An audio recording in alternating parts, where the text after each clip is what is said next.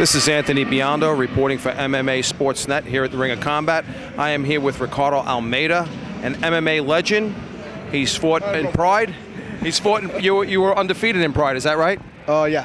Undefeated in Pride, and that's not an easy task, to say the least. And I wanted to talk to Ricardo about his latest fights in the UFC, and when would you be fighting in the UFC? Will you be fighting anytime soon? I don't really have anything scheduled yet. Probably like late December, January, maybe just early next year.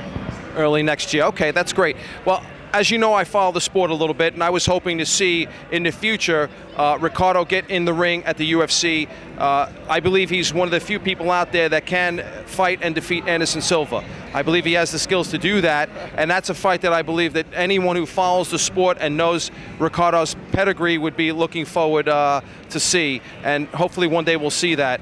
Ricardo is also a personal friend of mine and a wonderful man, and I'd like to just thank him for taking the time to spend with us here. And how's everything going with your schools? You have a couple of schools now in Jersey? Yeah, I have one main school. A lot of my students have their own schools. You know, we had a couple of guys fighting tonight, and there's always new guys coming up. We have an amateur event next week. We have like 8 guys fighting there. You know, we have Frankie Edgar who trains with us. So we have people from all walks, and you know, I just love being an instructor. So I have to be able to teach the little kid all the way up to UFC champion, you know? Right. That's very true. You also had basically a lot of the guys here. Dante Rivera, he's also one of your fighters, and obviously you were trained and instructed by the legend of MMA, Renzo Gracie. Yeah, he is a legend. I'm nowhere near that. You know, scratch the legend part.